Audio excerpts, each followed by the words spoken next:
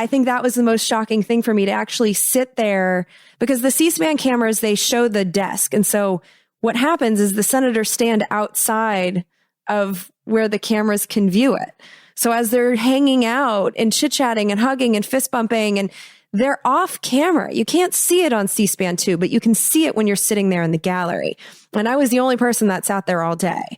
That's the part of the theatrics. That's like when Trump gave that speech and Pelosi ripped up the thing behind him. Everyone talked about that and made that into a meme, but nobody showed the time when he stood up and clapped for Juan Guaido, this CIA puppet guy that we put in charge of Venezuela, and Pelosi's clapping along with him in the back. Because once again, that's fueling the war machine. That's why it's all theatrics. It's professional wrestling. And what you got to go to is basically the locker room of professional wrestling, where they're all like buddies hanging out going, hey, man, that was cool the way you took my kick and made it look like I broke your back. That was awesome. Like, nice show, man. That's what you got to see, is the reality of this, that this red versus blue keeps them all in power. I am so damn tired of being lied to. I don't think I can deny it anymore. You can stick to your story if you think it flies,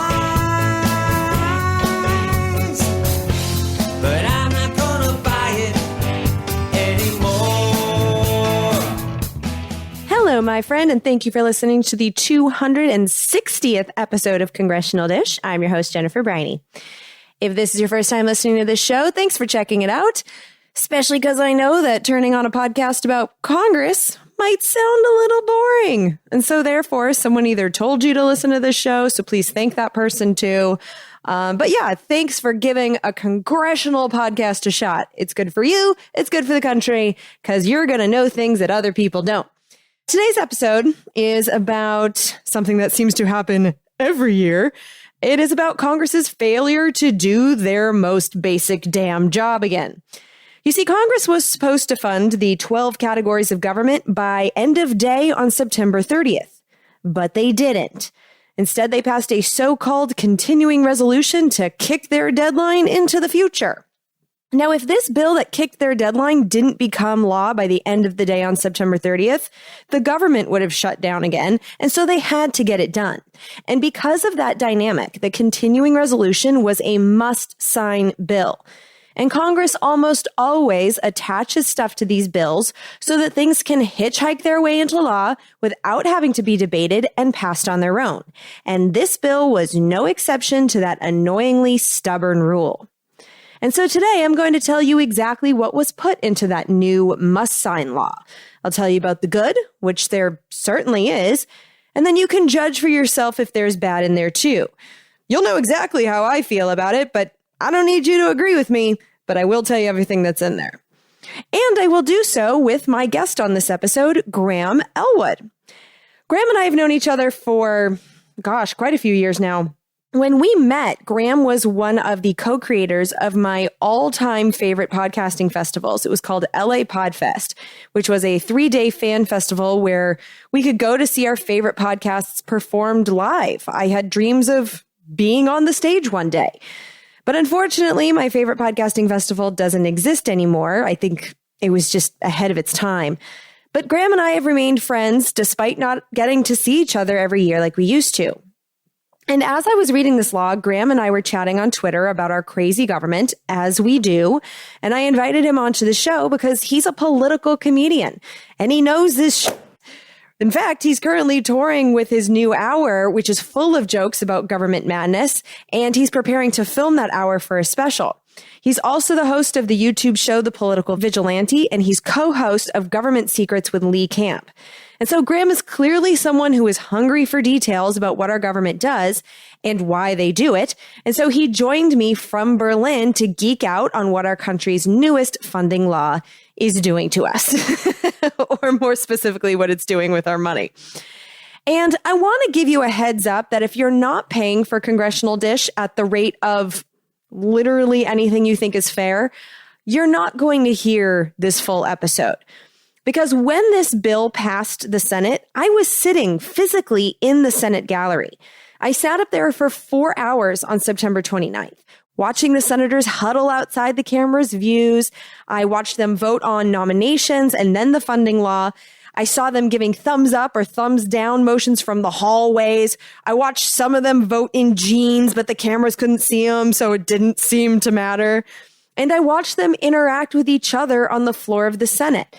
They were completely ignoring the rotating groups of peasants that were up in the gallery, one of whom, me, never left all day. And I had thoughts on what I saw, but it's gossip, really. And then after the vote, I went to a local bar and ended up having a few beers with a stranger who happened to be a lobbyist who has been a DC insider since the 1980s. And I must say, I absolutely adored this man. We got all kinds of gossipy at that bar, and had he not had a meeting scheduled, I think we would have sat there all night. And Graham and I talked about the details of all of that. Pure DC gossip, which I'm more than happy to talk about in my green room, but not publicly.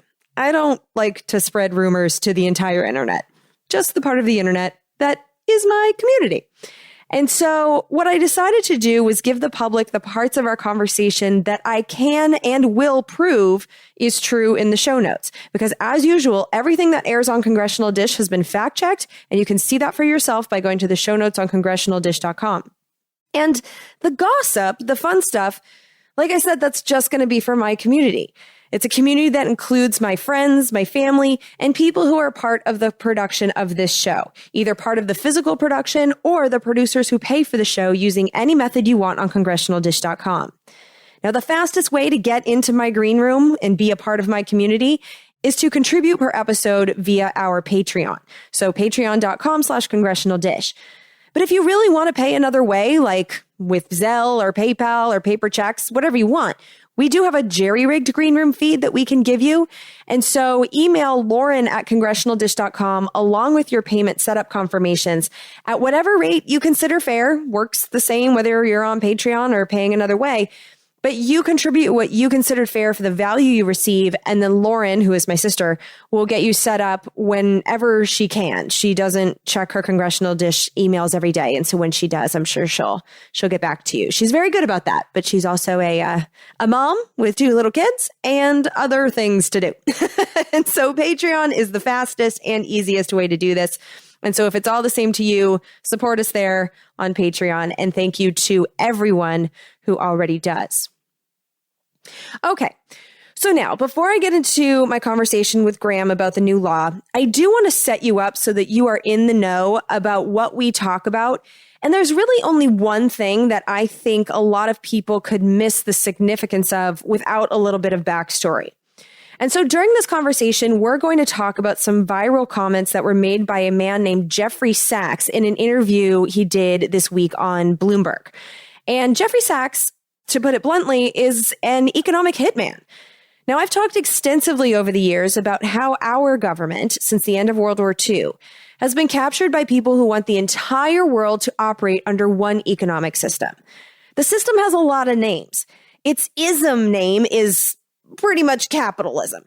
But there are actual written down laws in the system, agreed to in treaties and trade agreements. And so instead of referring to the system by its ism name, which is an ideological label that means different things to different people, I prefer to label it based on the real life organizations where the rules are written and enforced. I call the system the World Trade System because it's based out of the World Trade Organization. And since the end of World War II, people dedicated to the project of making that the system, the global system for managing money, well, people have been going from country to country and helping those countries change their economic laws to match those considered ideal by the world traders, which means mainly helping those countries to change their economic laws so that multinational corporations can come into the country, buy land and industries, hire local workers and pay them as little as possible. And they want those countries to allow the companies to send the money made in their countries out to shareholders around the world. Jeffrey Sachs is one of the guys who has done this in countries all over the world. But he played a large role in transforming the economies of former Soviet Union countries in particular. He worked in Poland, Slovenia, Estonia, and in Russia. And so he knows Ukraine's neighborhood well. Now, in recent years, he has retired from his economic hitman gigs, and he's now a professor at Columbia University. And he is showing signs that he may not be as devoted to the World Trade System cause as he once was. So, for example, he's criticized the sanctions that have been crushing Venezuela's economy since the Trump administration's failed attempt at the dumbest coup ever in 2017. And if you don't know what I'm talking about, I'll put my Venezuela episodes in the show notes for you if you're not yet in the know, because we haven't exactly stopped that regime change attempt yet. So it is worth knowing, even though it started years ago. But Jeffrey Sachs has also said the United States should get out of Syria. I mean, basically, he's gone off of the world trader script, but he still knows the lines. He knows the system. He was a key part of it. And so when Jeffrey Sachs says things about events related to global economics, it's noteworthy. And Graham and I will note what he said about the explosions that took out the Nord Stream gas pipelines last week. Those pipelines, at least until they exploded, were providing gas from Russia to Germany. And now they no longer exist, which changes the global economic game. And by the way, if you want to hear further in-depth speculation on who blew up those pipelines, that is this week's Patreon-only episode topic on the show that I co-host now with Justin Robert Young and Andrew Heaton called We're Not Wrong. On that Patreon-only episode, we run down the list of suspects, their motives, and all pretty much land on the most likely suspect, which is not the same conclusion that Graham came to, by the way. But you can check that out and support that, not so new anymore show at patreon.com/We're Not Wrong. And if you want to try before you buy, you can find the public We're Not Wrong everywhere that podcasts are found. But the pipeline discussion is only for private consumption. So yeah, if you support us on Patreon, either through Congressional Dish or We're Not Wrong, you get extra stuff. That's how it works. So please support my work. And again, thank you to everyone who already does. Okay, so that's all I think you need to know before we get into it. And so with no further delay, here's Graham Elwood and our conversation about the continuing resolution. Enjoy.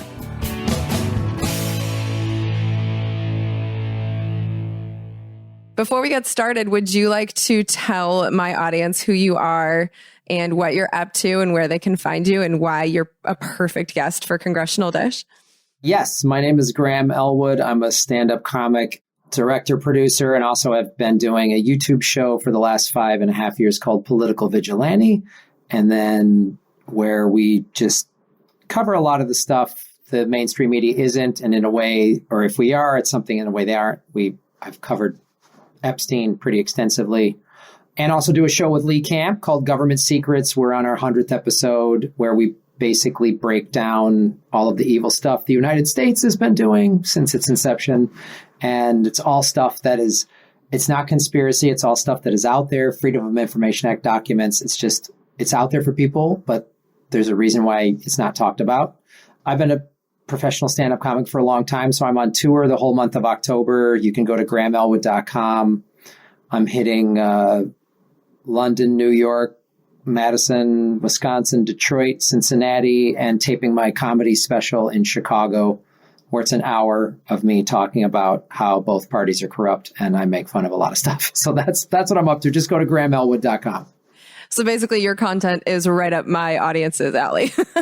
Yes, that's why you and I are friends. It's because we share that both parties are broken. Absolutely. And I think this bill we're going to talk about today is a perfect example of that. So yeah, let's get into it. The bill we're talking about today is now law. It had to become law. This was what we call must-sign legislation because Congress failed once again to do their most basic fucking job, which is fund the government. The way this is supposed to work for all of you newbies is that the government has to be funded by September 30th of every year. And there's supposed to be 12 different bills that go through the committees in the House, and they're carefully crafted, funding these 12 different sections of government. They're supposed to pass the House and they go into the Senate. And if they don't pass in identical form, then there is a conference committee on each of the 12 bills. And then they create one final bill for each of these 12 different sections of government. And all 12 are supposed to become law by September 30th. Graham, can you guess how many they finished this year out of the 12? Oh, gee. Boy, I want to say 0 or maybe 1. Ding, ding, ding.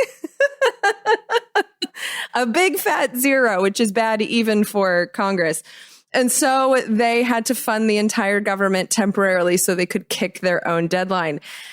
They have had to do this every year for a very long time. Graham, can you guess how many years in a row they have failed to do their job? Oh, I hope I'm not right when I say 20. You are not right. It is 26. Ah! Isn't that fabulous? Your Congress at work.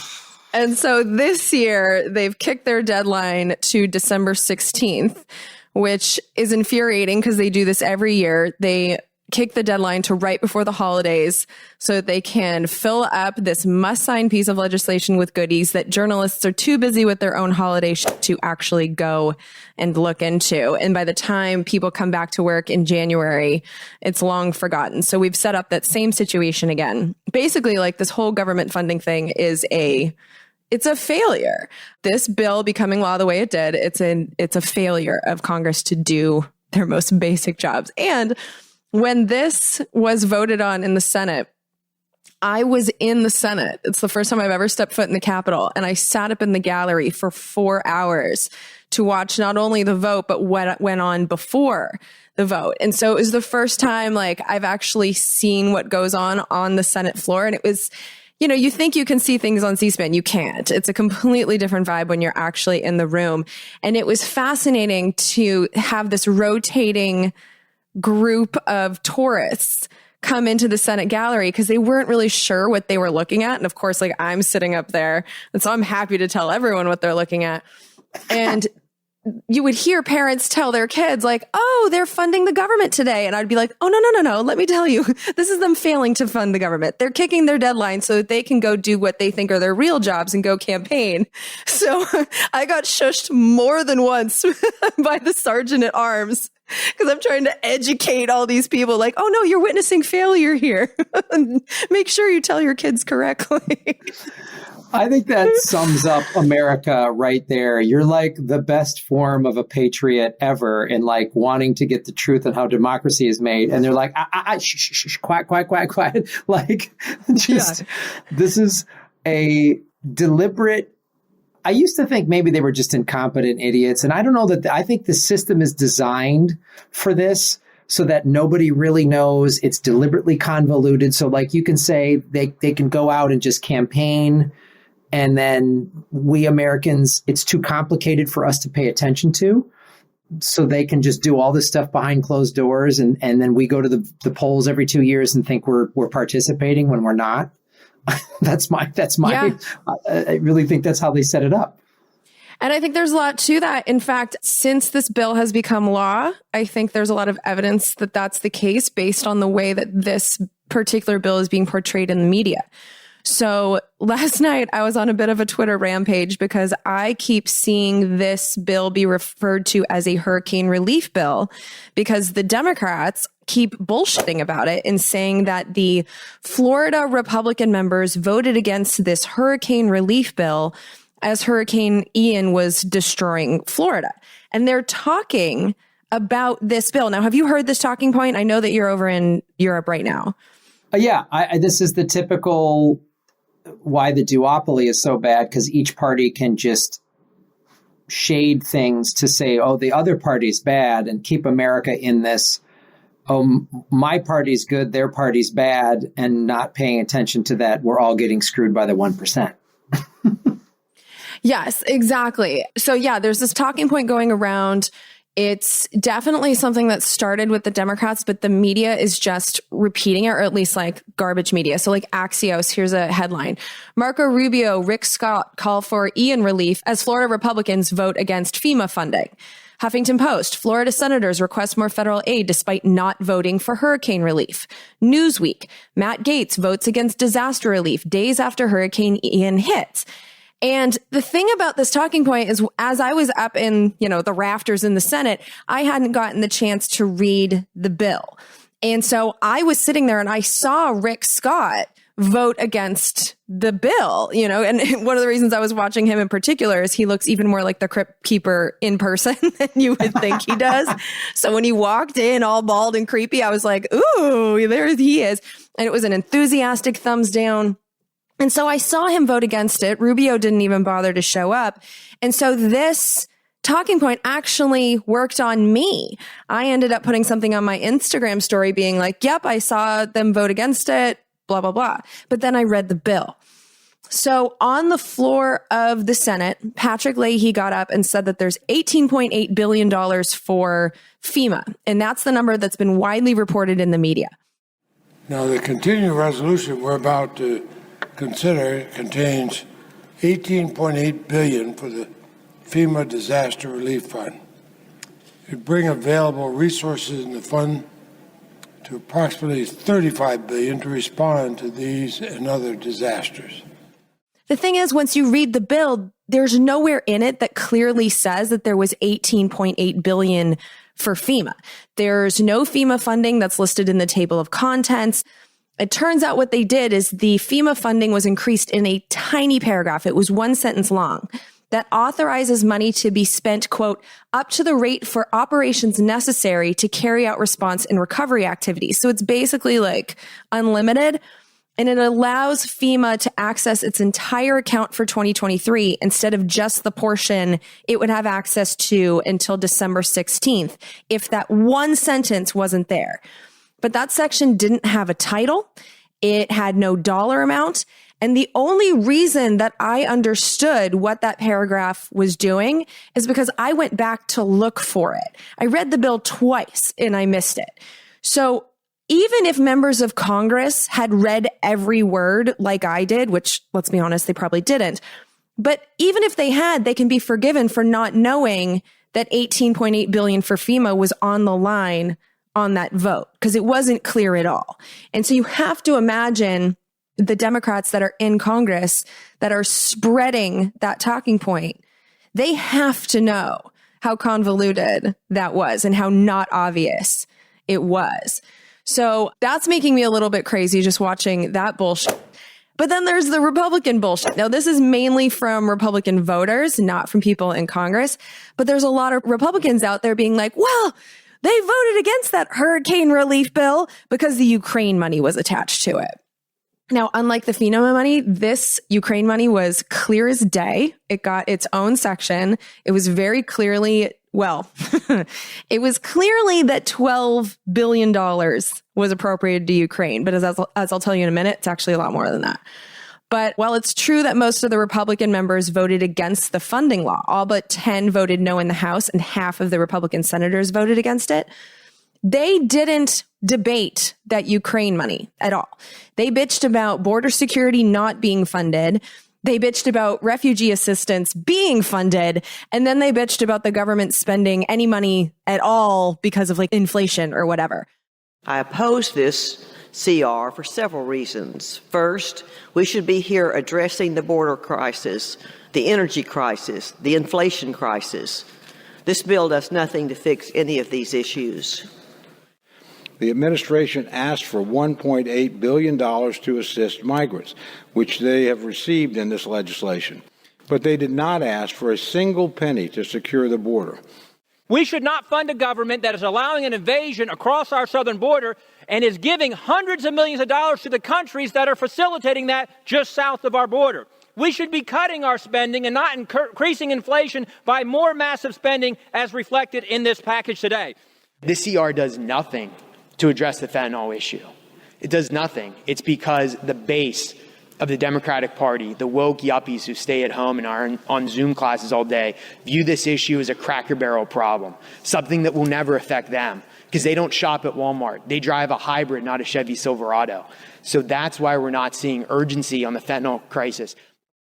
But it's also well known, and I should say this, that while they didn't say anything about it, it's well known that the Republicans also wanted that deadline kicked into the next Congress so that they could fund the government instead of the Democrats if they take over one of the branches of Congress. So that was also a big reason why they were like, no, we don't want that date.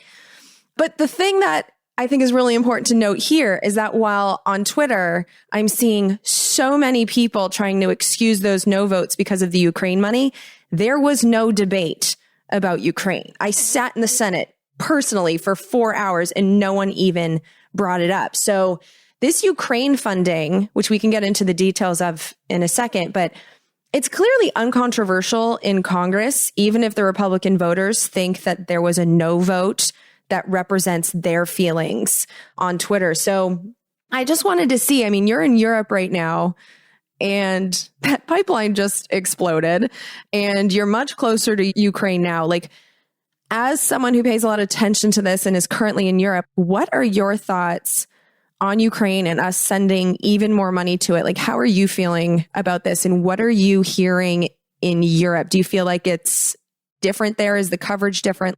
Well, the coverage is pretty similar in terms of, these are NATO countries, so they're basically puppet states for the American empire. And the thing that I'm seeing, first I'll just talk about the funding in general. And there's been no debate, when it comes to war, both parties just lock up and give as much money for as war as possible. I mean, that's just, and the reason for this is one of my favorite websites to go to is opensecrets.org, which is a non-partisan, non-for-profit website that basically, for your audience who's not aware of it, it's a fantastic site because what it does is it takes the FEC, the Federal Elections Commission, any donations $2,000 or more has to be declared. So like if you donated $2,000 to a campaign or I did, our names would be on there or our companies would be on there.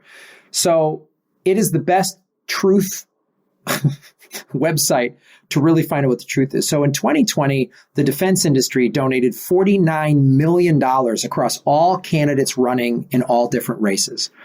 The top two getters, Donald Trump got $2.7 million. Joe Biden got $3.1 million. Bernie Sanders came in third place with $800,000. So the point of saying that the top two candidates was the war machine, the war industry is like, we're going to have war no matter what. And not just my opinion. I can go back and watch people talking about this in 2014, 2015 during the first Civil War. I could even go far back as there was a bill in 1998 to expand NATO East, and about 12 senators, both Republican and Democrat, said this is a bad idea. We're going to push Russia into a proxy war. We now are confronted here in the United States Senate with the question of enlarging NATO, a security alliance formerly in Western Europe, at the expense of, in my judgment, our relationship with Russia, and at the potential expense of reigniting a Cold War and impeding and retarding progress on arms reduction. Mr. President, we all, or many of us, had the opportunity to serve with very distinguished colleague, Senator Nunn. I think more of us should talk about Senator Nunn and his wisdom. Senator Nunn has raised three questions about the NATO expansion. The first question is, will this help us in easing or dealing with the whole problem of proliferation of weapons that might go to third world countries, the kind of cooperation we need with Russia? And the answer that Senator Nunn gives to that question is no. The second question that Senator Nunn asks is, what about nuclear threats? Is this going to help us in terms of further arms agreements with Russia? Is this going to move the world away from reliance on nuclear weapons? And the answer that Senator Nunn gives to that question is no.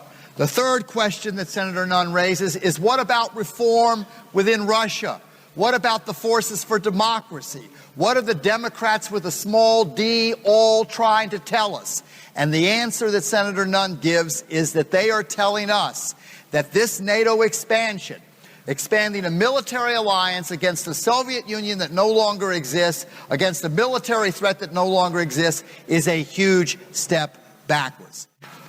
NATO expansion is viewed throughout elements of the Russian political system as a hostile act. Some think of it as a hostile act they can live with. Some think it's a hostile act they'll have to defend against.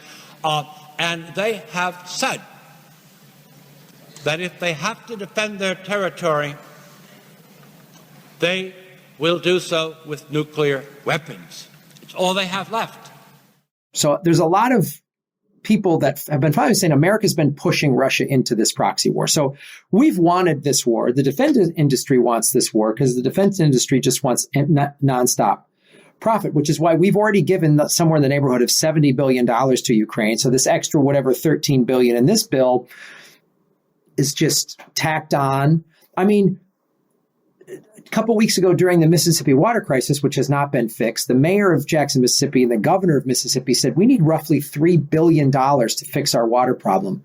And everyone's like, gee, how are we going to pay for that? It's a lot of money. That same day, we gave it $3 billion to Ukraine.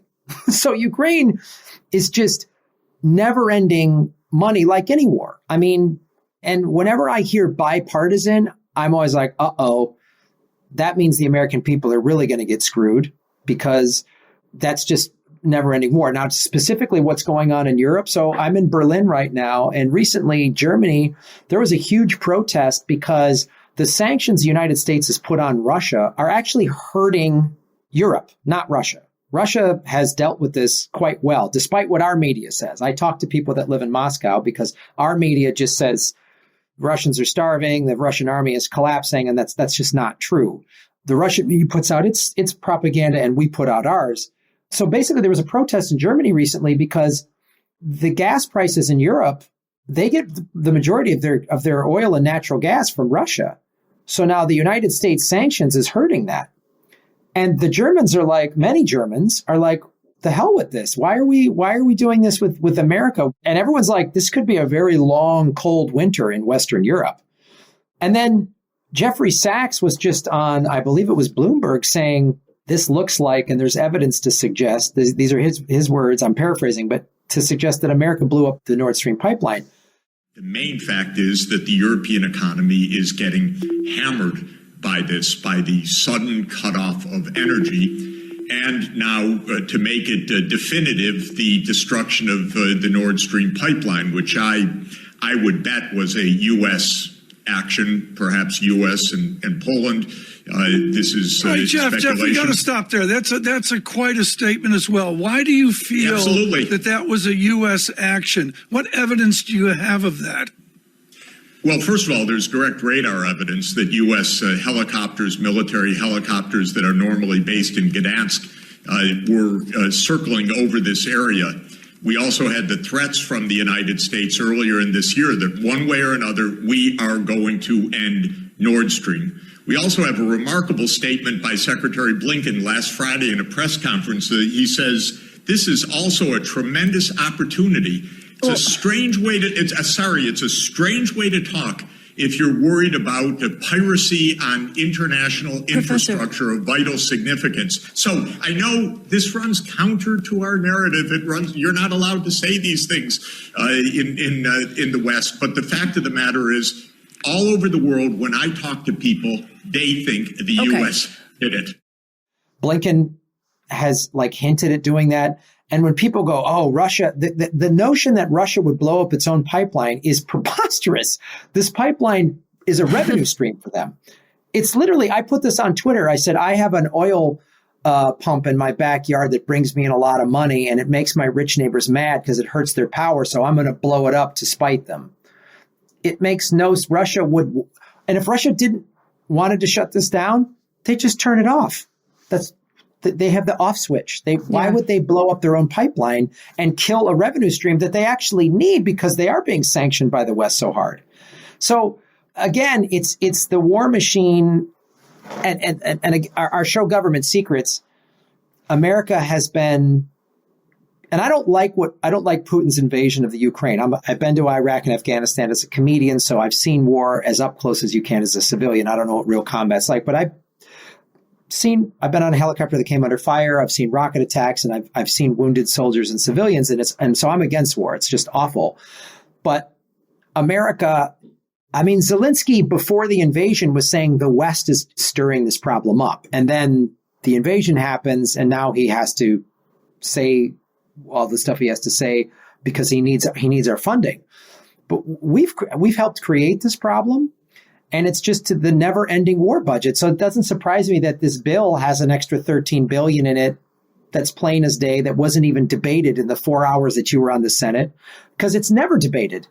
anytime there's the democratically controlled Congress Joe Biden asked for $802 billion, up from $779. They didn't give him that. They gave him $839 billion. They gave him $37 extra billion, and it's bipartisan support. And I'm sure it'll go to the Senate if it hasn't already, and they'll give him even more money. Every year, both parties, regardless of who controls the House and the Senate, and we've been increasing our war budget in an absurd rate since 9/11 for the last 20 years, with no ending in sight. And so this is how they do it. They just tack $13 billion on this bill and $10 billion on that bill. And there's always going to be some new proxy war. And that's why we need Russia and China as bad guys to have this never ending war spending.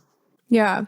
Well, as for those total war spending totals, we don't know yet because, again, they didn't finish their damn jobs. But the point is accurate that if you look, at our budget since the Cold War, we're spending more and more and more on war. And yet the wars that we're in seem to be wars of choice.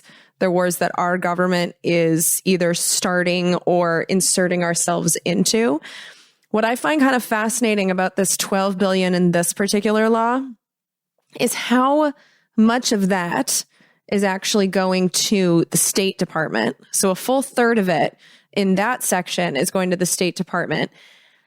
Also, it said that money for the State Department is appropriated, quote, notwithstanding any other provision of law that restricts assistance to foreign countries, unquote. So anything else that we had that was saying, you can't do this with money, you can't do that with the money, this $4.5 billion for the State Department, they can now do whatever they want with. All handcuffs were taken off of that money. I have seen that reported nowhere. It also said that this money may be made available as contributions, unquote, which sounds like cash handouts to me. And then on top of that, in a different section of this new law, there's an extra $26 billion given to the State Department.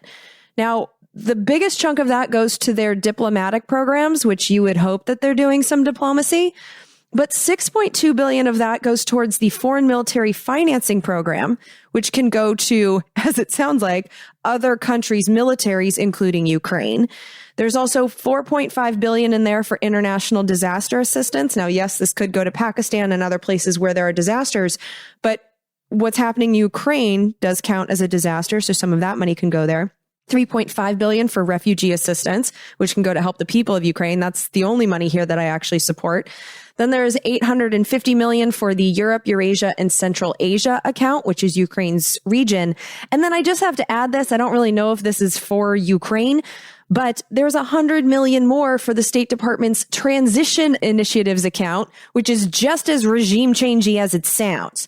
And so if you add up all of those different things where Ukraine could be a recipient, on top of the $12 billion specifically for Ukraine, there's $15 billion in additional State Department funds that Ukraine could be a target for. And no one talks about that section in this law at all. And that's one of the things that I've learned, because we focus a lot on Defense Department money. I think we as American citizens, and you and I as journalists, and even as a comedian, you're giving people what I love what you do is you're giving people this information, but making it palatable. You're adding some jokes to it so people can handle it. And so I just love what you and Lee Camp do. I think it's brilliant the way you deliver it. But I think that we need to be paying a lot more attention to the State Department, because there's a lot of this that goes on in there that is also funneling weapons and all the things we blame the Defense Department for. But a lot of it comes from the Department of State. Well, I mean, and you bring up great points. Let's look at Afghanistan. What a great example, right? So for 20 years, 4 presidents from both political parties spent $3.5 trillion to replace the Taliban with a more heavily armed Taliban. That's what happened. Nothing was accomplished other than massive spending, which is what the ultimate goal, it seems, of this war, military industrial complex is just never ending war. And the fact that we were there for 20 years and it was worse. Imagine if we were still fighting the Japanese in 1960 and 1961, 20 years after we got involved in that war after the Pearl Harbor bombing. And I mean, you look at those two examples. So by the time we got to 1964, there was the Tokyo Olympics, which was sort of the little less than 20 years of rebuilding of Japan and Japan becoming a democracy and joining the international community. Now it's just 20 years of never-ending war. I mean, when the Afghan papers came out, you'd have thought the journalists would still be referencing that as this like bombshell, like the Pentagon papers. There's all these officers in there that you talked about, just the cash in Afghanistan. They had briefcases full of millions of dollars they were just giving out in Afghanistan. It went for nothing. It was just like, we didn't build anything. It's not like, oh, Afghanistan is joining the Olympics now and women are going to schools and they've got a girls basketball team. We didn't do anything. And so after having seen 20 years of $3.5 trillion wasted, I'm in a country now that new UN reports are showing our infrastructure. We're like a developing nation now. We're 13th in the world in infrastructure. Jackson, Mississippi is one of 1,000 cities, and including Flint, Michigan, that has contaminated water. There's homeless encampments in every city in America. And I appreciate what you do on this show, because you really spell out for people how big these slush funds are, and just this money for this department and that department. It's never ending, this war budget, and there's no plan. There's not going to be a big victory. It's just never ending spending, never ending war. We ruin people's lives.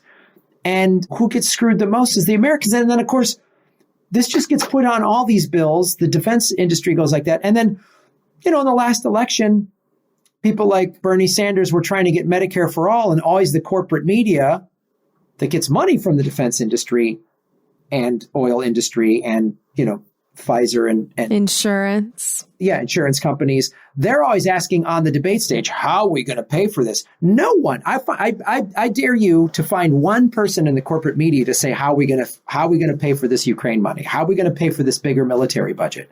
I've never heard that said by anybody, not on Fox, not on MSNBC, none of them. They'll never ask, how are we going to pay for this endless war budget? And nobody asks any questions. And the media, just like you say, they put this, like when you read all those headlines from Huffington Post and everybody, they just push this narrative out there that keeps the red versus blue thing going. So Americans think that it's this party's the problem or that party's the problem, rather than the oligarchs and the kleptocracy is the problem, because we don't have a representative democracy anymore. Yeah. And like how good of friends these people that are actually in power are. When I was up in the Senate, that's what really struck me, is Democrats and Republicans literally hugging. The two sides of the aisle didn't really mean much. Like they were all just chit-chatting. You would never imagine that this was the body that is supposed to be so partisan. It just didn't have that vibe at all. And I think that was the most shocking thing for me, to actually sit there, because the C-SPAN cameras, they show the desk. And so what happens is the senators stand outside of where the cameras can view it. So as they're hanging out and chit-chatting and hugging and fist bumping, and they're off camera. You can't see it on C-SPAN 2, but you can see it when you're sitting there in the gallery. And I was the only person that sat there all day. So that's the other thing too. They're not really afraid of the public noticing, because no one sits and watches. It was mainly empty. The Senate gallery part that was open to the public, I'm going to say there were maybe 60 seats available for the public, and mine was the only one that was occupied for more than half an hour. So they're just not worried about us noticing that they're not partisan. In so many ways, they're not partisan. Like the differences between the parties are not this stuff. It's not the stuff that matters. It's the uncontrollables. It's gay marriage, like it's race. That's the part of the theatrics that's to make sure those big grandstanding, they make sure that's on C-SPAN. It's like when Trump gave that speech and Pelosi ripped up the thing behind him, but everyone talked about that and made that into a meme. But nobody showed the time when he stood up and clapped for Juan Guaido, this CIA puppet guy that we put in charge of Venezuela, and Pelosi's clapping along with him in the back. Because once again, that's fueling the war machine. That's why Nancy Pelosi's worth $100 million. That's why Trump's a billionaire. That's why it's all theatrics. It's professional wrestling. And what you got to go to is basically the locker room of professional wrestling, where they're all like buddies hanging out going, hey, man, that was cool the way you took my kick and made it look like I broke your back. That was awesome. Like, nice show, man. That's what you got to see, is the reality of this, that this red versus blue keeps them all in power. It divides us by these bullshit lines instead of by class, which is where the real dividing line is. Americans are in class warfare. The sooner they wake up to that it's us versus the 1%, and this red, blue, black, white, male, female, whatever the gay, straight, whatever the battle they're trying to get us to fight over, pronouns or whatever, it's like, that's the thing that's going to keep us distracted from the fact that these rich people, if Americans all wake up to that together, then their little game show's over. But they know this, and that's why their propaganda is really you see how sophisticated it is, and now they've really capitalized on social media on how to get everybody. They can just have 10 million bots release a certain thing to get everybody fighting. They can just do it like that now. Yeah. And to really prove that inside this bill, getting back to the bill, you've brought up Jackson, Mississippi a few times.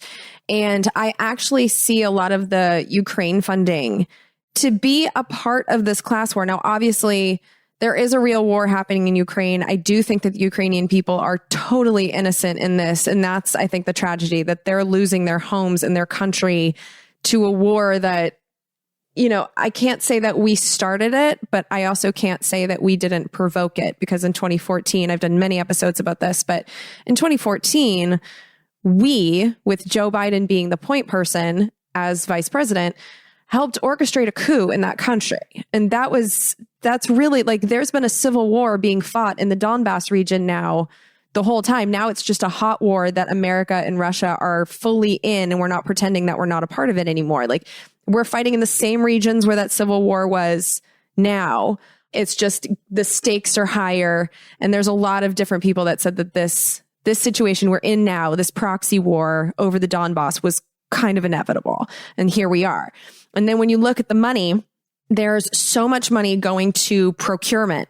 And what's interesting about the way that it funds it here, there's, like, for instance, there's $3 billion that goes to the Ukraine Security Assistance Initiative, which has been a thing in the Department of Defense since that coup in 2014. Congress immediately funded it, and we've been sending weapons to Ukraine through that initiative the whole time.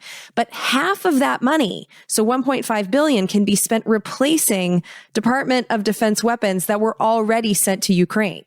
So those weapons are actually not going to go to Ukraine. They're just going into the stockpile of our own military. We're just buying weapons from the military industrial complex with that 1.5 billion. And, like, so much of this spending is opaque. Like, one of the things we never hear about is transfer authority. So I try really hard to have an idea of where the money's going to go, but there's so many transfer authorities that say that defense can transfer money to state and state can transfer to defense. And there's all these different funds where the money can be moved around. Like, we don't have a way to track where it goes. But in this conversation of buying weapons, we are talking in the billions. You mentioned Jackson, Mississippi, full of poor, regular, many of them Black Americans who just need clean drinking water. This law gives $20 million with an M to go to the Army Corps of Engineers for water and wastewater infrastructure. Now, this has been reported as money that's going to Jackson. Hopefully it will, but the law doesn't actually require that. It goes to the Army Corps of Engineers, and we're hoping that they will spend it in Jackson, but it is not required to go there. But if you look at the totals, now mine was more conservative. When I looked at what it would cost to replace everything in Jackson, what I have in the show notes is an estimate of $1 billion. You heard an estimate of 3, who fucking knows? But let's go with the more conservative one of $1 billion. This law appropriated 2% of what is needed to get that done. And then I went back and found out about the infrastructure law, because we've known about this issue for a minute. The infrastructure law only provided $5 million. So we're looking at a total of $25 million that is allowed to be spent in Jackson, Mississippi to provide clean drinking water to the residents of a huge American city. I think there's like 150,000 people living there. And so it just goes to show the priorities in even this must-sign law. Like, they could have made that number anything. They could have easily thrown $1 billion at the Army Corps of Engineers. It's still going to fund construction companies, and it's still going to get funneled to the shareholders somehow if you're doing construction. But the priority were those weapons for the Department of Defense, $1.5 billion that just goes to restock their shelves, and $20 million for Jackson, Mississippi. Yeah. And that's the maddening part about this is they could have just gone, they could have typed in real quick, $1 billion for Jackson. Boom, boom, boom. Bam. That would have been done deal. Nobody would have argued. There wouldn't be no debate, nor should there be. But the best they can do is 20 million, and 5 million. I mean, it's preposterous. Yeah. And it's interesting. I would love to have seen this bill go through a committee, because that's how this is supposed to be done, so that we could hear the conversations between the senators when they made that decision to only do 20 million as opposed to $1 billion, which is where I become a process wonk, where it's like, because they're not doing regular order by DC terms, but regular order means these go through the committees and they have these debates in public as they're supposed to. These bills coming from the leadership's office and landing on the Senate floor, this wasn't even that long of a bill. It took me 5 hours to read. It wasn't even that long of a bill. They could have done this through the committee, but they choose not to. And I think that's one of the reasons, so they can have this conversation that we're having right now behind closed doors, so they don't have to justify in public why, we're doing $1.5 billion to restock weapons shelves and only $20 million to provide us with clean drinking water. Now, keeping in mind that, Mississippi was responsible for their own infrastructure, and so it is kind of a bailout, but okay, it's drinking water. This is just not something that I think the American people are going to call pork. And yet that wasn't prioritized, and we don't know why. Well, I'd also like to know, and we'll probably never know, how much of this money to Ukraine is going specifically to the Azov Brigade, which is a openly neo-Nazi military group that is working with the Ukrainian military that we're funding. So we're funding Nazis in the Ukraine, but we can't get drinking water to Americans. So here's what I can tell you about the Azov Battalion. In a previous law that I read, and I can't remember exactly which one, but it was somewhat recent, it does say that it's illegal for any money to go to them, any money or weapons. Now, how is that being enforced? That's more the question, because there's no tracking device that is making sure these weapons end up in the hands we want them to end up in. The only thing that this law does about that problem is it says within 60 days of this becoming law, so 2 months from now, there has to be a report submitted to Congress letting them know, what are you doing to track the weapons? But there isn't a system in place right now that we know of. If there is, we'll find out in 2 months. But there isn't a system in place right now to track it. But it is technically illegal for the State Department or Defense Department to give money to that battalion. Although now that I say that out loud, I did just tell you that the State Department has $4.5 billion that they can pass out, notwithstanding previous laws. So here you go. This is our Congress at work. Yeah, so I don't know. But yeah, let's blast through this bill so we can then get to my political gossip from the Senate gallery and my lobbyist friend.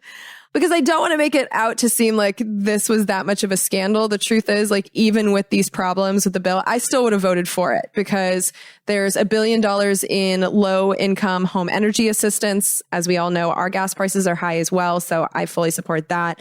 There's $1.7 billion for refugee assistance, and that goes for Health and Human Services, not Department of Homeland Security. So I trust that more than I would the people that are putting up the refugee cages.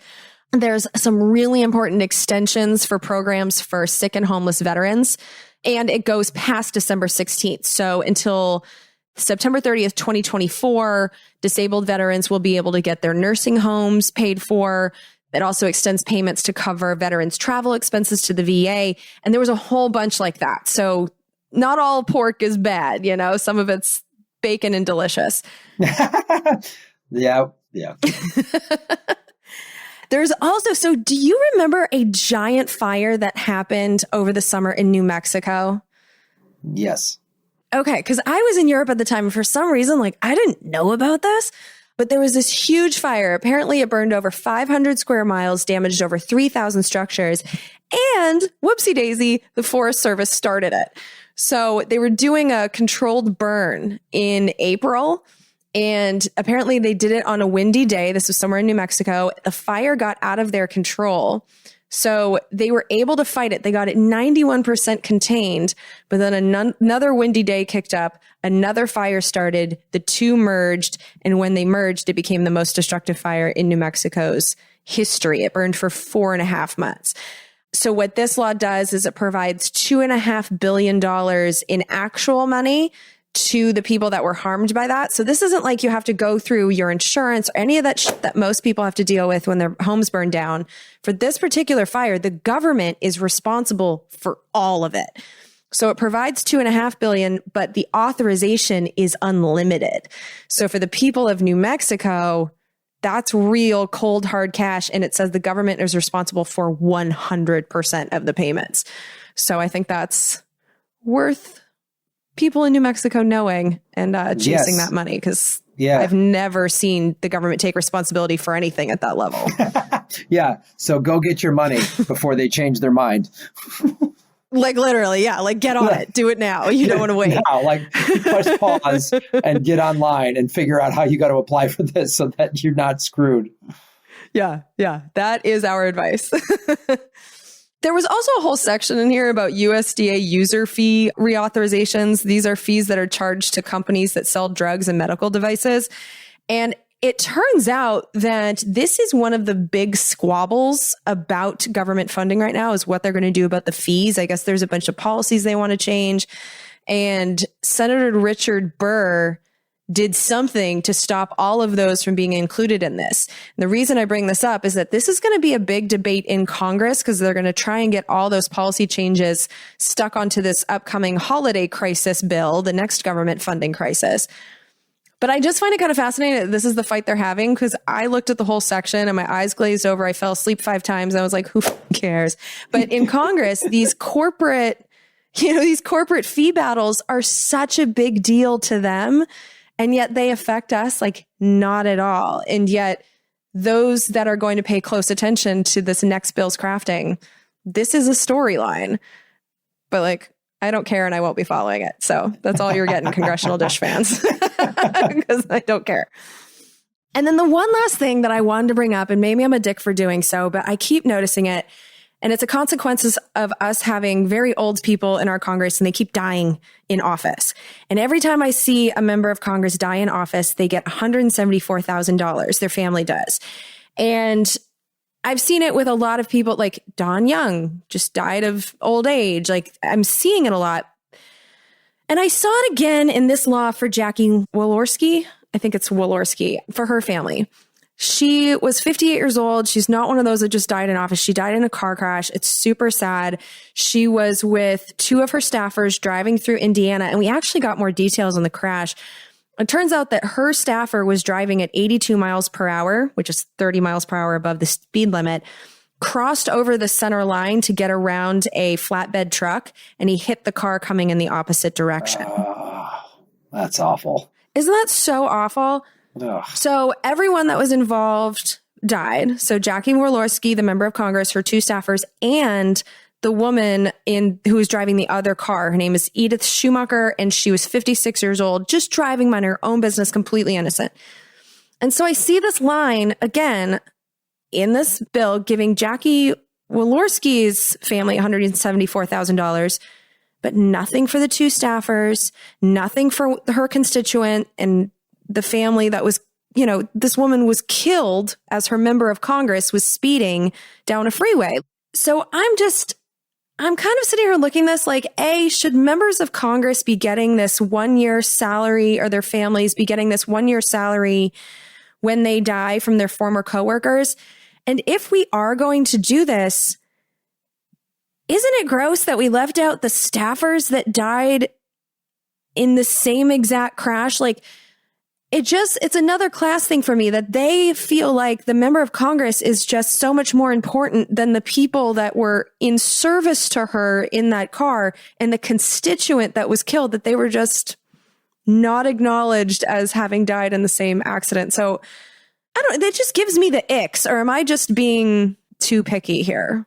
No, I don't think you're being too picky at all. I think it's absolutely correct. I mean, the staffers and the innocent woman who just was driving legally gets murdered. I mean, just was murdered, really, who did nothing wrong other than drive down a highway. It's, kind of typical. Because that staffer would have been charged. Yes. That staffer would have been charged with something because he was speeding and they were able to prove it. So yes, I think murder is a good way to put it. It would have been, at very least, it would have been vehicular manslaughter. Manslaughter, at least. Yeah. And so that woman that died for no good reason, absolutely her family should get something. Okay. Yeah, I had the icks with that, and I was like, maybe I'm just like too mad at Congress in general, but like, yeah, it really bothered me. And the payments in general kind of rubbed me the wrong way too. It's like none of us get these payments. Like if I were to kick it tomorrow, if I don't have life insurance, my husband gets nothing. My business dissolves. It's just another example of Congress getting benefits that the rest of us don't get. And I think that's the thing that bothers me about these payments that I keep seeing every single time one of them dies. I know it's a small amount of money. It shouldn't bother me like it does, but I'm just tired of them treating themselves better than they treat us in law, I guess. Well, it's a small piece of the corrupt pie. I mean, you're right to be bummed by it. And then you think, so that this is the legal, like, extra money that they get, not to mention the kickbacks that, Nancy Pelosi's insider trading and all that other stuff that they get. I mean, if you're in Congress and all you're making is $175,000 a year, or you're not being a corrupt congressional person correctly, because they're all getting all this lobby money and whatever. I mean, just think. I mean, the insider trading is such a slam dunk, because that's a way to buy influence without having a paper trail of buying influence. You go out to lunch with the person and say, you might want to buy this stock, and when the stock goes through the roof, I'm going to need you to pass this bill. And, oh, hey, the stock goes through the roof. And, oh, hey, that tech bill got passed. I mean, I grew up in Chicago with mob guys. Like, I know how this is done. I mean, this is like it's the same tactics, man. Only they wear nice suits. Well, it doesn't even have to be that overt. Like, I just can't help but think about Paul Pelosi buying a bunch of stock in semiconductor companies right before that bill, which we weren't sure if it was going to move forward, but apparently the husband of the Speaker of the House kind of had an inkling that it had a good chance. It's just stuff like that. Just even knowing what's going to be on the schedule, because when I started this podcast, I was so naive. I thought I could look at the public schedule, read the bills, and let people know what's in the bills in time for the vote, so you could like hold your members accountable. It was so fucking stupid, Graham. Like, I feel so dumb for thinking that was possible. But I didn't know. And then I started, really paying attention. And I can tell you, I haven't looked at the schedule in years. It tells me nothing about what's going on in Congress.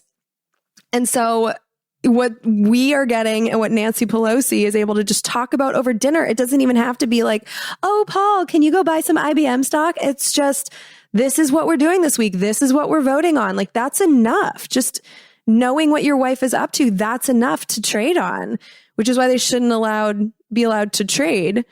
And why it's so absurd that people are getting upset right now. Like, oh, Nancy Pelosi didn't bring up the anti-insider trading bill before the election. Like, no did you actually think there was any chance that was going to happen?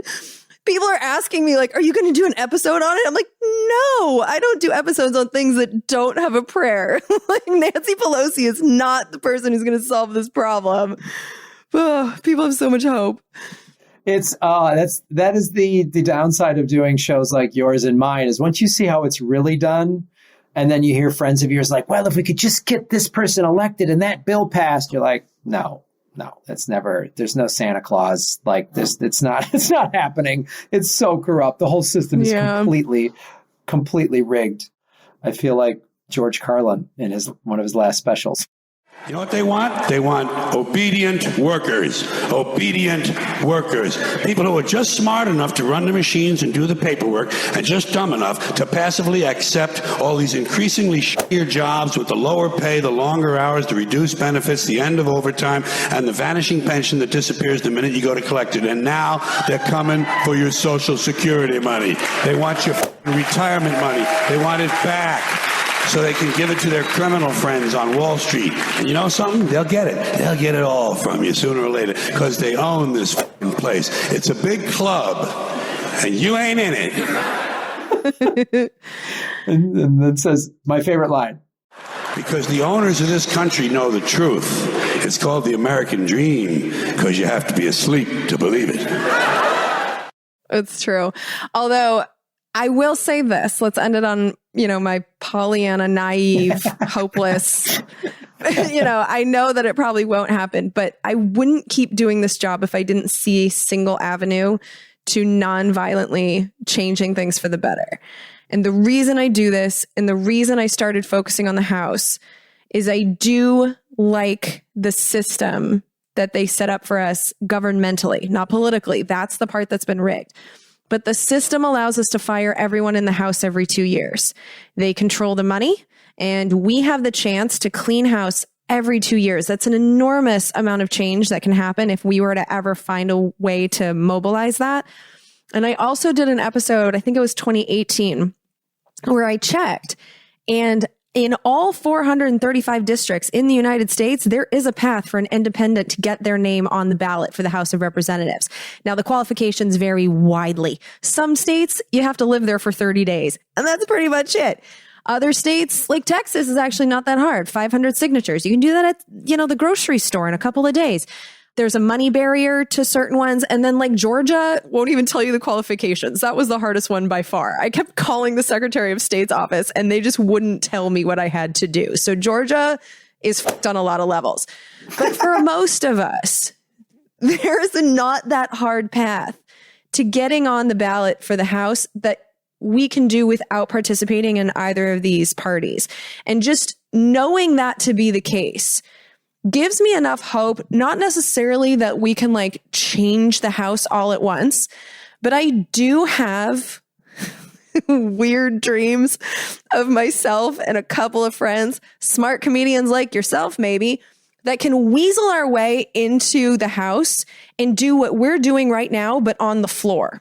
Because it's really easy to get time on the floor and it's wasted on Louis Gohmert every day. He does this an hour a day. So instead of just surrendering all that international airtime to Louis Gohmert, we could say, okay, this is what's in the bill. We could have actual debates and we could take over the House because it's empty all the time. So it wouldn't even be that hard. If there's just 6 of us that run on, we will read the bills, tell you what's in them, and be outsiders that tell you what's going on from the inside. I honestly think that can change things, especially if we could weasel some comedians in there that could make this must-see TV. So that's my weird dream for how a small group of us could make a difference. I would gladly run as an independent and do that. And here's the thing I will say, despite my comedic cynicism. So I will share, this is why I do think, I believe for several reasons. One, we've had over 200 Starbucks get unionized. All because these young people who primarily work at Starbucks, it's not people in their 40s working at Starbucks, it's people in their 20s. They've just went out and said, and they went on their phones and went, unionize. And they've just been doing that. So that gives me a lot of hope. Also, I'm in Berlin. The last time I was in Berlin was 1976 when I was a small child. My dad had a research scholarship. He was a college professor. He had a PhD in German theater history. We lived in Munich and we came to Berlin, East Germany at the time. And one of my most vivid memories as a child is seeing the Berlin Wall and the East German guard with a machine gun and the photos of all of the dead people that had been shot trying to cross the wall. And I grew up in the 70s and 80s under the threat of the Soviet Union. Now we're almost in World War III again. That's a separate issue with what America's trying to do with Russia. But I would have told you that the Berlin Wall is never going to come down if you would have asked my 12 or 15-year-old self in the 80s. The Berlin Wall came down. I just was at Checkpoint Charlie Museum today. I was in East Germany, East Berlin, it brought tears to my eyes. It was a profound experience for me. So I believe anything can happen. I believe that peaceful, nonviolent resistance can happen, because that's what they didn't blow up the Berlin Wall with tanks. They didn't bring it down with bombs. The people just had enough. There's a lot of reasons. That could be a whole separate episode, but that wall came down. And so I believe that America, while it's on the brink of a civil war, it's on the brink of a complete collapse, like most empires that have gotten too top heavy with greedy, rich people. But change could happen, because change is happening in very unique ways that I'm surprised by every day. So I share your sliver of optimism. I'll take a sliver. And you and I on the floor of Congress or the Senate knocking these clowns out, man, I'd be down with that so hard, Jen. I'd be so down with that. That would be so awesome. Doesn't that sound so fun? Like, not just for like selfish reasons. It sounds so fun. Yeah. I mean, it'd be tough to live in DC because I can't surf that much, but I would still do this. I would still do it. Well, here's the good news. They're rarely in DC. They have the cushiest schedule of all time. They get 3 weeks off for the 4th of July. They get August off. Like, Thanksgiving is a month long. Like, you'll surf plenty. Don't worry about it. All right. Good to know. That's good to know. Yeah. And actually, I heard that the 2nd district of Hawaii, so Outer Islands, I heard that person like never comes to DC because they've had this like COVID voting rule that he's just like, nah, I'm just not leaving the islands. So he's like barely ever here. So you can also go that route if you want. That's cool. That's cool. Yeah. All right. I'll take all of this under consideration. As you should. I like it. Okay. So why don't you tell people one more time where they can find you online and in person, and then we'll go have fun in my Patreon for a few minutes. Yes. Go to GrahamElwood.com. You can follow my show, Political Vigilante, Government Secrets, social media, sign up for my newsletter. And then all my tour dates are there. October 12th, London, New York City, October 18th, Madison, October 20th. Detroit, October 21st, Cincinnati, October 22nd, and I'm taping my first ever comedy special in Chicago, October 26th. All those tour dates and everything, my Patreon, all of it, just go to GrahamElwood.com. Where's the special going to air? Do you know yet? I'm shooting it myself and I'm shopping it around. There's a little bit of interest in potentially Netflix or HBO and some other places are. So when it's done, I don't see anybody talking about politics the way I am. So yeah. For sure. On stage. We'll see. I'm fired up for it. And I've been touring around trying it out, and people are really like loving it. Just regular Americans who are center right, center left are like, yeah, the whole thing's, because I make fun of both sides. And when you make fun of both sides, no one can get that offended that you made fun of their guy. So it's true. It's a very smart strategy. Well, I'll be the first person to buy it, so make sure you let me know. I mean, I'm sure I will know, but yeah, that's very exciting. Thanks so much for joining me today. You got it.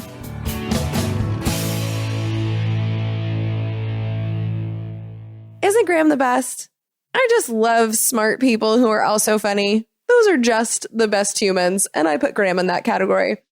So yeah, if you want to continue hearing from Graham, he, as you heard, is all over the internet and touring literally all over the world. And so you can find everything about him on GrahamElwood.com.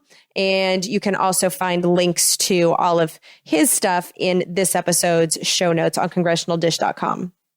Now, before I wrap up the episode, I do want to let you know who you heard from, because we did create a few fun montages for you there.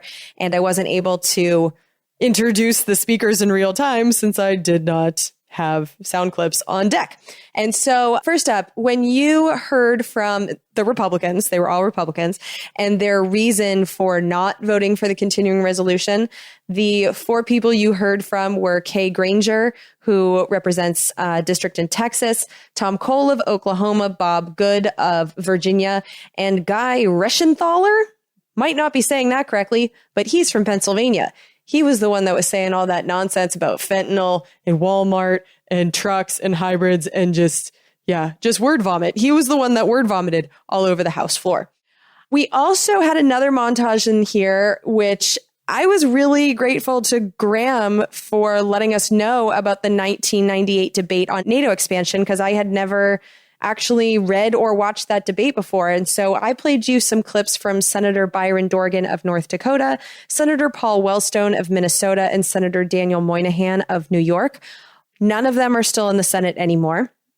But when reading that 1998 in the congressional record, it was fascinating to me to read that debate now, considering how close we are to nuclear war with Russia, because Russian President Vladimir Putin has said in no uncertain terms that he invaded Ukraine partially because he's pissed that NATO has expanded right up to Russia's border.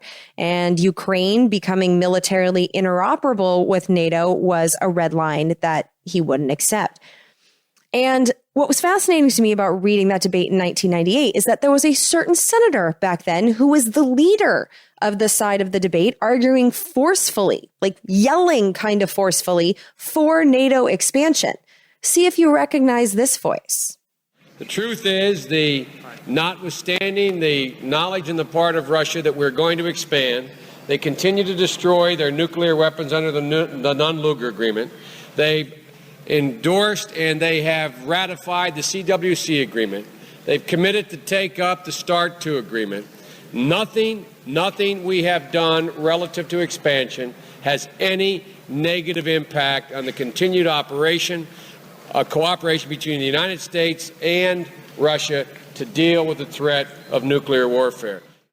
10 years later, that man, Joe Biden, who was dead wrong in his predictions about Russia's reaction to his policies, well, he was promoted to vice president. And while vice president, he helped orchestrate a coup in Ukraine and facilitated the creation of the Ukrainian military that became interoperable with NATO. And then 6 years later, we promoted him again to president of the United States. And now we find ourselves at the brink of a nuclear war with Russia over the country he personally helped to overthrow in 2014. Joe Biden has been openly wrong about Russia since before I had my driver's license. He's been personally and passionately at the center of our country's constantly deteriorating relationship with Russia. And now he's the person who's supposed to negotiate us away from nuclear war? That clip doesn't inspire confidence, does it? And I'm sorry if sharing that is scary, but this is scary. And I guess I'm just selfish and I don't want to have that clip rolling around in my head with no one to share the scary with. But Joe Biden and his administration's refusal to push for negotiations, that's scary. It scares me. And I do feel like we Americans may need to start pushing for our Congress, the co-equal branch of government. We might need to push for Congress, especially the Democrats in Congress, to rein Joe Biden and his "our bombs are bigger than your bombs" rhetoric in before it gets us all killed. Because his judgment on Russia, it's clearly not something we can trust. And I didn't know that until listening to this clip. I didn't realize how emphatically he has believed in expanding NATO and how emphatically he has believed that the Russians would have no problem with it for decades. And he's in charge. So So on that happy note, I would like to thank our new executive producer, Dee Leonard. For those of you who are not in the know, executive producers are people that have contributed enough to Congressional Dish to have their name on an episode of their choice, basically lending their vouch to that episode and saying that they were proud enough of this episode to have paid for a significant portion of its production costs. And so Dee Leonard sent in a note along with his checks. And so here is what he said to myself, my sister, and the rest of the community. He said, "Hi, Jen and Lauren. I tried to send my value model payment of $100 every 6 months at the beginning and midway through the year. Sorry, this check is received so late. This payment will put me over the 535 producer threshold. I would like my name on your most recent episode, number 257, The PACT Act, Healthcare for Poison Veterans. I first learned of the burn pits in 2017 after Peter B's interview with former Marine Joe Hickman and his book of the same name. I'm a little surprised you didn't mention Hickman during the episode. Peter reposted the interview recently. Peter B, by the way, is Peter B. Collins, who before he retired, I was actually a somewhat regular contributor on his show. And so there is a link that D. Leonard has provided for us here, and I will put that in the show notes for you. But back to his note, he said another important piece of information that Hickman reveals is that some of the burn pits in Iraq were on the ground/sand and contaminated by chemical weapons from the first Gulf War when Saddam Hussein's storage bunkers were blown up by the U.S. military. He contends that exposures may have included such toxins as nerve agents released from the heat of the fires. As a side note, I attended the 2018 Democratic Convention.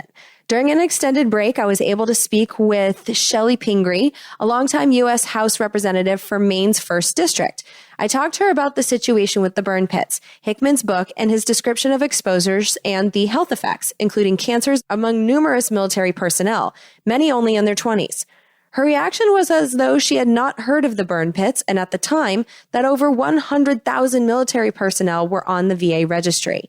Thank you for your continued good work. Sincerely, D. Leonard. Well, thank you for sponsoring that show. I think that's one of the most important episodes I've ever done. And this is actually the first time that I've ever heard of Joe Hickman. Even though I've been on Peter B. Collins' show, I don't have time to listen to a lot of other shows. And so I definitely missed that one.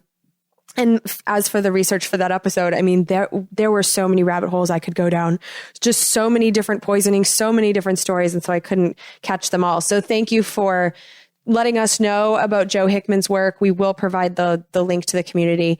But yeah, and then as for members of Congress, here's the thing about members of Congress and where I do have some empathy for them, because members of Congress can only be on just a couple of committees simply because there's no time to go to every committee meeting, to be on 15 different committees.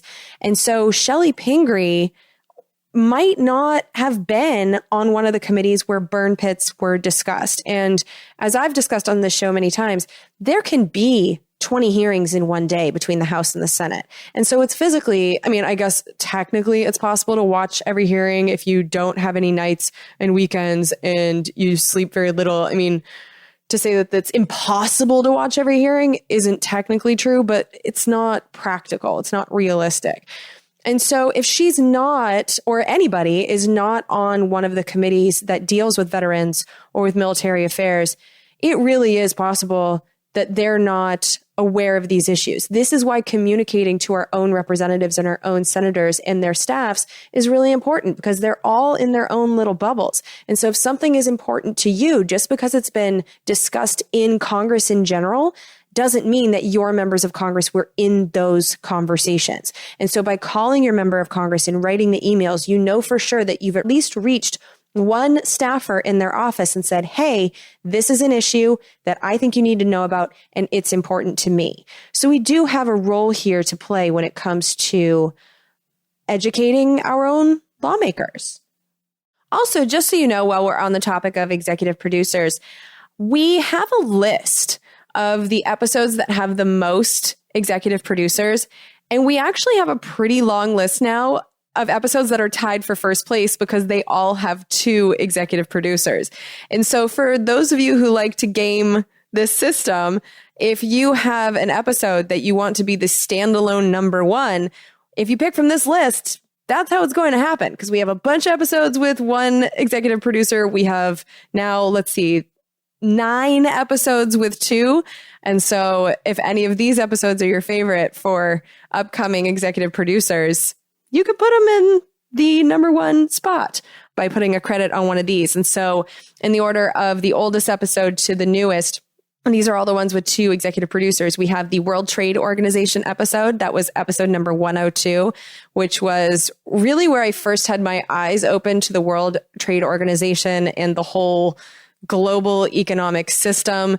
It all happened because Congress passed a bill that repealed country of origin labels on some of our meat.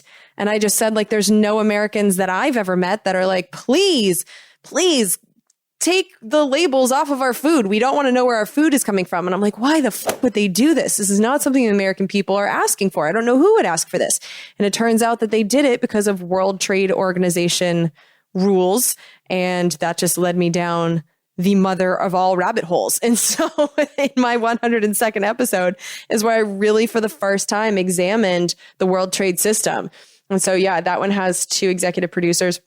I also did an episode, number 156, sanctions, Russia, North Korea, and Iran.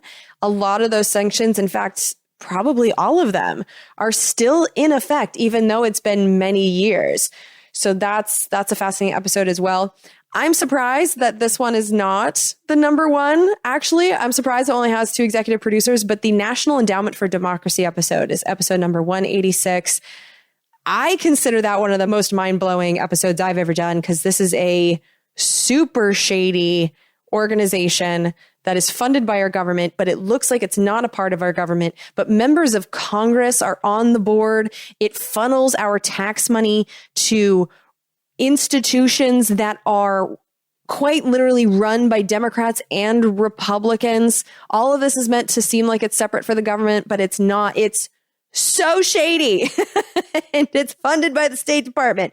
So if you've never heard of the National Endowment for Democracy, that's a very popular episode. As is the nuclear waste storage episode. I feel like we constantly get into these conversations about nuclear energy, but there is a giant problem with nuclear energy, which is that we still don't know what the hell to do with the nuclear waste. And that is a problem that has not been solved. So even if you're not too worried about the reactors melting down, this is a problem that needs to be solved. And so that episode goes into the details with congressional testimony from experts. And yeah, that's a good episode if you want to wade into the nuclear energy debate. There's also episode 218, Minerals Are the New Oil. This is one that talks about rare earth minerals and specifically how China has taken control, really, of the most of the minerals in the world at this point, just based on the deals that they're making with all these different countries. And so we really are looking at a shift in global economic policy where, because these rare earth minerals are needed for things like batteries for electric cars and batteries for wind and solar storage, these rare earth minerals are now skyrocketing in value, and it's going to become very important who control these minerals for supply chain reasons. And so we've talked a lot about supply chain lately in this country, and that is a pre-pandemic episode that talks about a very critical supply chain, and one that I don't think we talk about nearly enough. So I love that that one has 2 executive producers. There's also the long COVID episode. This was pretty early during COVID. It was episode 233 when there was congressional testimony about people that were having symptoms. At this point, I think we know more now about long COVID than we did then, obviously, because it's been like 2 years. But if you want to hear what was told right away, pretty early in COVID, it's kind of fascinating to go back and listen to that. There's also episode 237. This was pretty recent. This was at the beginning of this Congress when the Democrats took control. This episode was called Hunting Domestic Terrorists. And that's when I looked at the bills that the Democrats were putting forward after January 6th. And I have some concerns about these bills and the way they expand surveillance, in particular against Americans. Now, one of the things that I am happy to see so far is we're almost at the end of the Congress and none of those bills have become law, but we still have our Dingleberry Fest scheduled for December 16th. And so the story of this Congress is not written yet. And so I will be keeping an eye out for those bills. But luckily, that episode, as of right now, has diminished a bit in its importance based on the fact that those bills haven't gone anywhere. We also had the next episode, 238, was Losing Afghanistan, which is really the story of the Afghanistan war. And then finally, we have 2 executive producers on episode 250, which was about Congress saving the post office. I was actually listening to a podcast a couple of weeks ago, maybe even not that long ago, and the hosts were talking about how the post office was sabotaged in 2006 because of the retirement provisions that essentially required the post office to pre-fund their workers' retirement funds for like 70 years in advance. It was a crazy law. I talk all about it in Congress Saves the Postal Service, but a lot of people still think that that is in effect. But that bill that I talked about in episode 250 it solves a lot of the Postal Service's problems. And so what I love about that episode is it's an example of government fixing something that it broke. And I don't think the word has really gotten out on that one yet. But yeah, those are, according to our executive producers, the most popular episodes of Congressional Dish. So if you're new to the show, go check out those. And if you want to be an executive producer and bump one of those up to the most popular episodes of Congressional Dish, that is the list of the ones that are primed for that number one position. Okay, so it's going to be a minute before you hear from me again on a public episode of Congressional Dish because my next assignment is a doozy. I am going to read the Inflation Reduction Act, which is the zombie carcass of Build Back Better. It's essentially what the Democrats were able to accomplish with Joe Manchin and Kristen Sinema being a pain in the ass. So it's a very long bill. This one, I believe, was something like 700 or 800 pages. And so I will be reading that and I will summarize what I find for you in episode 261. And then during that episode, I should have more information for you about the election day plans because Inflation Reduction Act is going to be the last episode before the election. And I'm almost certain at this point that we're going to have a live stream, a We're Not Wrong live stream as the results are coming in. And so because I know for sure I'll be with Justin Robert Young and Andrew Heaton in person in Austin on that day. So we know we're going to be together. We just don't know what exactly we're doing. But I know for sure that it's going to be fun. And for me in particular, it's going to be educational because Justin truly does love politics. Like he lives for the horse races. I thought at first before we became like real friends that maybe he was just doing this for a job and it was kind of an act, but like, no, this man really does get glee out of paying attention to these races. And so this is like his Super Bowl day. This is when the results come in. And I'm going to be learning a lot about who will be staffing our new Congress from him in real time. And we will do it publicly and possibly in a way that you guys can participate because I know that Justin's good with tech and stuff. So, well, Joe Briney just walked in the door, which means I'm going to wrap this up. But yeah, thanks for listening. Thanks again to Graham and thanks to everyone who pays for the show. Thank you, Claire, for hunting down all these sound clips. You did a great job with those. And thank you, Mike, for editing all of this together. Okay, I am done. I'll talk to you in a few weeks. Bye. We're surrounded now by liars coming at us through our TV screens. We don't have a domestic spying program. They're content to fight in black and white despite of any in-betweens. We got a president who plays with the facts. And then he waves a flag to cover his tracks. As if a lie is alright, in the end he'll justify the means. Now we are so damn tired of being lied to. The polar ice caps aren't going away. We don't think we can deny it anymore.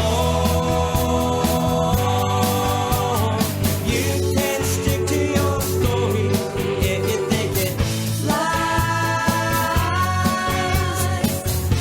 But we're not keeping quiet anymore.